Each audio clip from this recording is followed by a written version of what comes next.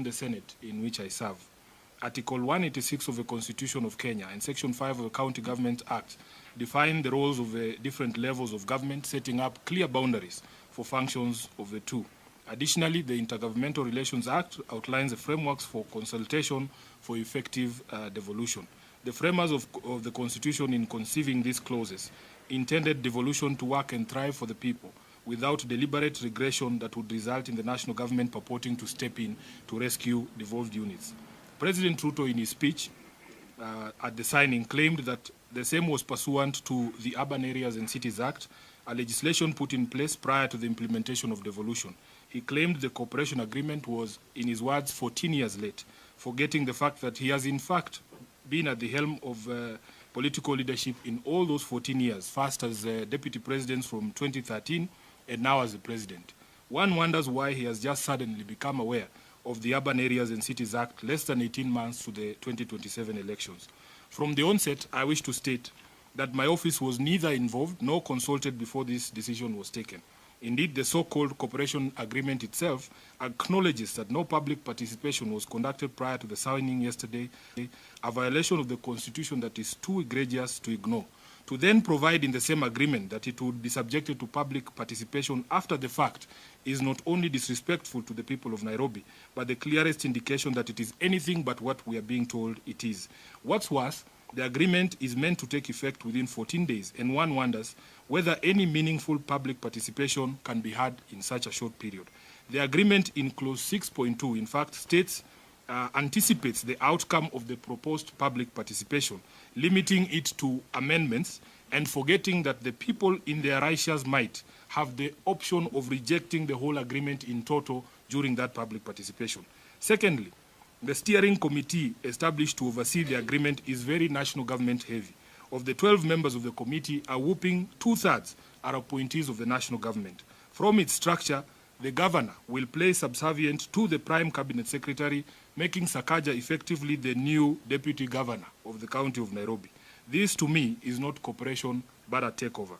Thirdly, just last week, the governor of Nairobi City County, Johnson Sakaja, in his address to the County Assembly of Nairobi, derided what he termed the NMS experiment that left us with a Kenya shillings 16 billion hole in pending bills and vowing to never engage in similar misadventure. I wish to remind Governor Sakaja that the Senate in fact directed that those NMS pending bills were the responsibility of State House, from where he was speaking yesterday, since the accounting officer for NMS was the comptroller. He should have used the opportunity yesterday to remind the president that thousands of contractors and workers are still owed money by State House and their livelihoods remain in peril as Ruto continues to ignore them. This agreement is a blatant continuation of the NMS model and with it, the culture of unpaid bills, weak audit systems, and unbridled corruption. Fourthly, it is in the public knowledge that the national government owes Nairobians over 100 billion shillings in unpaid rates and other payables from national government institutions. Ruto throwing around the figure of 80 billion as a symbol of his generosity to the people of Nairobi is nothing but a ruse. Fifthly, the national government continues to hold on to functions that are solidly county functions under the 4th schedule of the Constitution. For instance, the Constitution recognizes only 2 levels of roads, and that is national trunk roads and county roads. Kenyans must note that national government agencies like Kura and Kera continue to insist on doing roads in Nairobi when they clearly need to hand over those roads and the attendant resources to the county government of Nairobi. In fact, the late Baba Raila Amolo Odinga repeatedly called for the disbandment of these 2 agencies, going so far as including the full unbundling of the functions in the MOU he signed with President Ruto in March of 2025. Ruto continues to not only ignore that MOU, but to actively violate it as demonstrated by the so-called cooperation agreement. In addition, there exist constitutional and legal ways to channel funds to specific counties in recognition of their unique needs and status. These include additional allocations and conditional grants. Examples of these grants include grants to counties to construct headquarters and industrial parks. By the way, you should know Nairobi doesn't receive any of those funds, but other counties receive. If indeed we needed national government to build a world-class market at Gikomba, we can channel resources to the county government of Nairobi to build that world-class market through similar instruments. Lastly, It is my considered view that arrangements such as NMS and the proposed cooperation agreement unnecessarily obfuscate and complicate oversight and accountability processes by the assemblies, the Senate, and the Office of the Auditor General. The President at every turn dismisses concerns raised by both the people and their representatives as noise. He asked those with alternative ideas to give those ideas. Mr. President, I have said before that it is possible to govern and achieve development within the confines of the law, and I want to demonstrate this today. Here is what I would have done. Number one, direct that all national government agencies that owe monies to the people of Nairobi immediately clear their obligations, which are in excess of Kenya shillings 100 billion, and let the County Assembly of Nairobi ring-fence those monies towards development projects, including roads, markets, drainage, garbage collection, and the payment of pending bills. By the way, Nairobi still holds the highest amount of pending bills, over 100 billion shillings, so that if we were paid the 100 billion shillings that the national government owes us, we can clear those pending bills. Number two, immediately transfer all county functions to counties in accordance with the Constitution and the MOU that you signed with Raila Odinga. Dissolve Kura and Kera as per his advice and channel all their budgets to the Nairobi County government to do our roads. Number three, utilize existing legal instruments such as Kara and conditional grants to channel additional funds to Nairobi for streetlights and markets, noting the unique security needs of the capital county. 4, direct Treasury to honor the disbursement schedule passed by the Senate that legally requires them to transmit county shareable revenue by 15th of every month. You have heard us in the Senate complain of frequent delays, and the Council of Governors as well, frequent delays in disbursement of the shareable revenue, which is part of the problems, the causes of the problems in the counties. And you have heard that a state institution such as State House has already expended its entire budget 4 to 3 months before the end of the financial year. Yet, county governments are behind 3 to 4 months in terms of receipt of their allocation. So you see, Mr. President, it is possible to remain faithful to your oath of office. We want development, but only if undertaken in strict accordance with the Constitution. This is, in fact, is the very foundation of leadership. I want to take this opportunity to urge both parties, my Governor Sakaja and the President, to shelve this agreement in the public interest and maintain fidelity to the Constitution through those ways that I have suggested to them. I thank you. This is my statement. I will take questions, if any. Yes.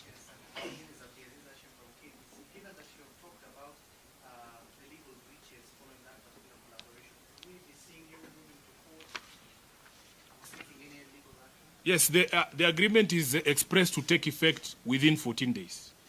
Now, I have publicly called on them to explore legal and constitutional means to be able to achieve all the things that they wanted to achieve in that agreement. If it is not possible for them to consider this request by the Senate of the People, we will use all available means, legal and otherwise, to be able to enforce adherence to the Constitution, including through our Senate committees. And this matter will find itself in the floor of the Senate very soon, as you will see. Senator, you talked about the audit and oversight. Absolutely. Of the 80 billion. This is what happened with NMS. If this cooperation or the collaboration goes on, will be oversight in this area? That is the question. That is a very fantastic question, and that is what I have said in the statement here, that it actually complicates the audit process. Do we call this committee to the Public Accounts Committee? When the Auditor General goes to do her audit at the county government, and she's told, oh, some of the documents are at National Treasury, the others are sijui where, it becomes very difficult for her to do her job. And that is why we are saying, let us maintain fidelity to the Constitution. There are ways to channel monies. For instance, I've given you the example of county aggregation parks. Nairobi does not get any money for building of an aggregation park. If you ask the governor himself, he will say his priority is a market at Gikomba. Why can't we use the same instrument to give us money to do the market at Gikomba? So that is what we are saying. It actually complicates the audit process and the oversight process. Yes. My name is Omar of the West TV. Yes. Senator, is it enough to tell the President and the Governor to share that agreement now that they are working backwards, signing and then going for public participation? What is the likely scenario for them to happen so that we can... I don't know if you have come in late, because we have addressed the question of public participation. We have said it is to make a mockery of the public, for you to do something, then you say you're going to do public participation on it. It means that you've already made up your mind and that you're going to do an exercise that is cosmetic. Number two, they have said the agreement takes force within 14 days from yesterday.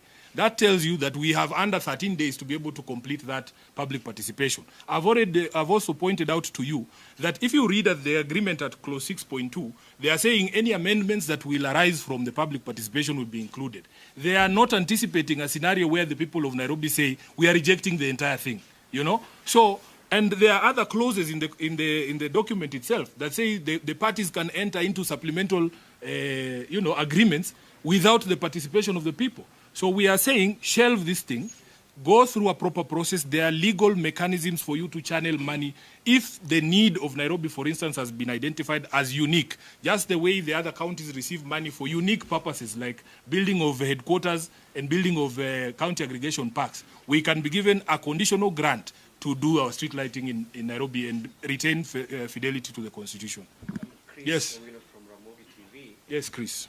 During the signing of that cooperation agreement or cooperation deal between the Nairobi County and the national government, the president and the governor said that Nairobi need to be given special treatment akin to what happens in other cities like London, as opposed to what is happening now when they are being given allocation just like any other county. Do you feel like Nairobi needs that special treatment? Chris, I thought you were in the room when we began this statement. Just go through the statement I have given, that the Urban Areas and Cities Act was passed in 2012. William Ruto was deputy president. In fact, they called him a co-president in 2013. They, together with Uhuru Kenyatta, were given the responsibility by Kenyans to be the first administration to be able to implement this constitution. So we are wondering, how has he suddenly become clever and noticed that there is a law called the Urban Areas and Cities Act? It requires that you give Nairobi support, yes. But we are saying there are constitutional means for you to channel this support, as I've given you the examples of the conditional grants and the additional allocation. What is not clear about that? Do you think it was a mistake to have Nairobi as a county? No, it's not a mistake to have Nairobi as a county. The people of Nairobi are Kenyans like all the other people. That unique nature of Nairobi was recognized. I will give you another example. We have something called the Equalization Fund. The Equalization Fund was embedded in the Constitution after recognition that there are areas that had been traditionally marginalized. And if you read the language of the Constitution on the marginalization fund, or the Equalization Fund, it says that we need to put in place some special funds to bring the level of infrastructure in those areas to the standard ordinarily enjoyed by the rest of the other counties. So there is a special fund for that. The Urban Areas and Cities Act also recognized that Nairobi as a seat of power, that Nairobi as a seat of diplomacy, has certain unique needs. For instance, the bill we pay on electricity alone for streetlights cannot be compared to any other county. That is what the Urban Areas and Cities Act is for. But you do not enter into such agreements to circumvent the Constitution. This is a power grab through the back door. There are legal instruments for you to be able to advance that support, recognizing that Nairobi is unique. So if, say, Bungoma needs a county aggregation park and they don't need streetlights as much as we do, give them money through the conditional allocation and the additional allocation for their industrial park and give us ours for streetlights. Do you see are there any similar cooperation agreements with any other counties? There are none. And also the president must tell us, Nairobi is not the only city in Kenya. There are 3 more other cities there. As recently as last year, we gave a charter to Eldoret. So will there be similar agreements with those other cities? Or what is so special that he has seen here in Nairobi? Yeah, Senator, I'm really from the start. I have one question. I heard the governor yesterday, that is not the first operation acting signing with the national government, that they have done an accident, especially on education. For example, the school feeding program, and another one for bursary issues, bursary and scholarship. I don't know how is it different from this perspective, or even the ones for the school feeding according to the set of Yes, you are talking about there was a decision by the Control of Budget that before a level of government undertakes the functions of another level, there has to be an agreement between those two levels of government. And for instance, when it came to education, education is stated as a national government function, especially the counties only deal with ECDs. So when you are giving bursaries without a framework that allows you to do that, that is what that agreement relates to. This one is very different. This one is very different because they are not saying that they are going to undertake national government functions or that they are going to undertake county government functions. That's not what they are saying. In fact, they were very clear yesterday that it has nothing to do with transfer of functions. But it is actually transfer of functions hidden as an untransfer of functions. And the legal problems that we have, again, ladies and gentlemen, you have to go through the statement that I have made. An agreement such as was signed yesterday, I am sure those negotiations have been going on for months. The right thing to do would have been to tell the public, the people of Nairobi and the County Assembly and the Senate, that we are anticipating getting into this, agreement, and have people input into those discussions that you're having, and then reach a final document, then you sign. But for them to have been sitting in a corner somewhere hiding, having this conversation, then we're just told there's a signing ceremony tomorrow. It's like you are being told to come to a wedding ceremony, but the parents will meet next week to discuss whether they consent that their children should be married. It's ridiculous. So your problem is the process or the whole thing? I think I will let my statement speak for itself. I have gone to great detail from the beginning to the end to explain the issues that I have cited in this statement. Thank you.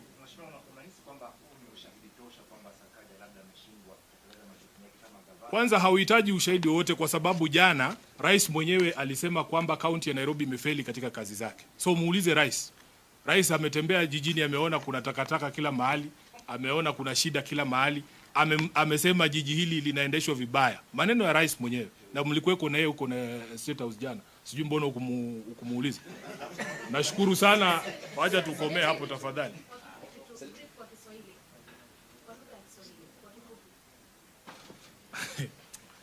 Aya. Kwanza natoa usemi huu kama seneta wa kaunti ya Nairobi. Kuwajulisha wananchi kuna masuala muhimu ambaye lazima yaulizwe kuhusu mkataba huu. Jambo la kwanza ni kwamba chini ya sheria ya Kenya, chochote ambacho serikali inafanya, serikali kuu ama serikali ya ugatuzi, lazima iwe kwa kuambatana na katiba. Katiba ya Kenya inahitaji kwamba unapofanya mkataba kama huu, lazima tuhusishwe sisi kama wananchi wa Nairobi. Haiwezekani kwamba mtie kidole sahihi ama mtie sahihi mkataba kisha mtuambie kwamba mtakuja kutuhusisha baadaye. Inaonyesha dharau kwa wananchi, inaonyesha dharau kwa viongozi, inaonyesha kwamba tayari mmeafikia mambo fulani na sasa mnataka tu sisi kututumia kana kwamba kuwekelea rubber stamp pale. Nataka niwaambie wananchi wa Nairobi kwamba mimi kama seneta wao sikuhusishwa pale popote katika mazungumzo haya. Mara ya kwanza tumesikia kuhusu mazungumzo haya ni wakati ambapo tumeitwa kwa ndoa ya uhalalishaji hapo jana, ya kwamba tuende kushuhudia jambo hili.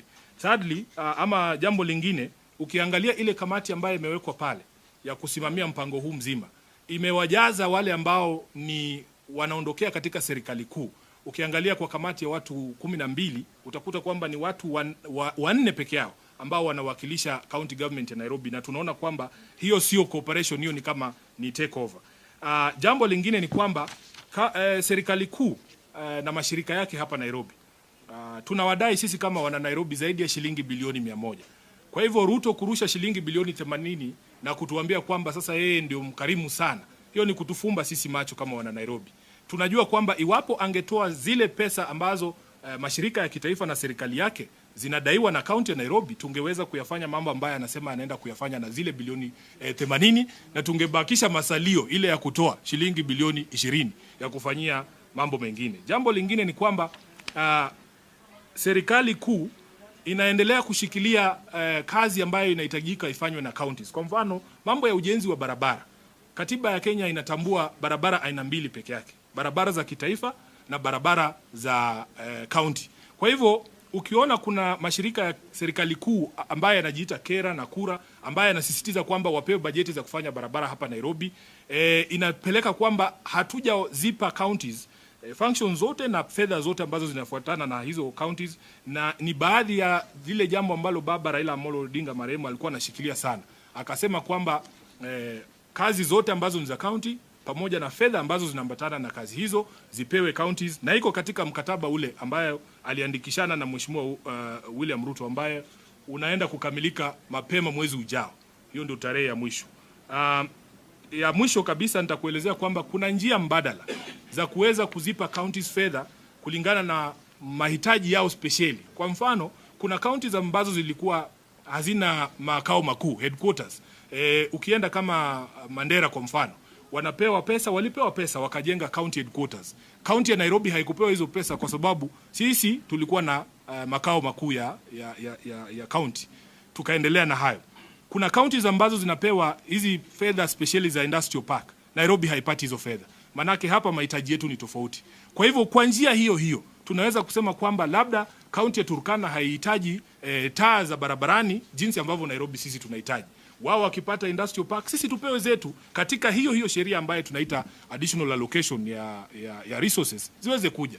Kwa hivyo William Ruto anaposema kwamba sisi tunapomkosoa ni kelele tu na hatuna mawazo mbadala, nataka kumwambia Mheshimiwa Rais, kuna uwezekano wa kutawala chini ya sheria na chini ya katiba. Na nimempa njia mbadala ambazo zinaweza kupelekea kwamba tupate fedha za kufanya hizi kazi ambazo anasema pasi na kuharibu ama kukiuka katiba ya Kenya. Asante.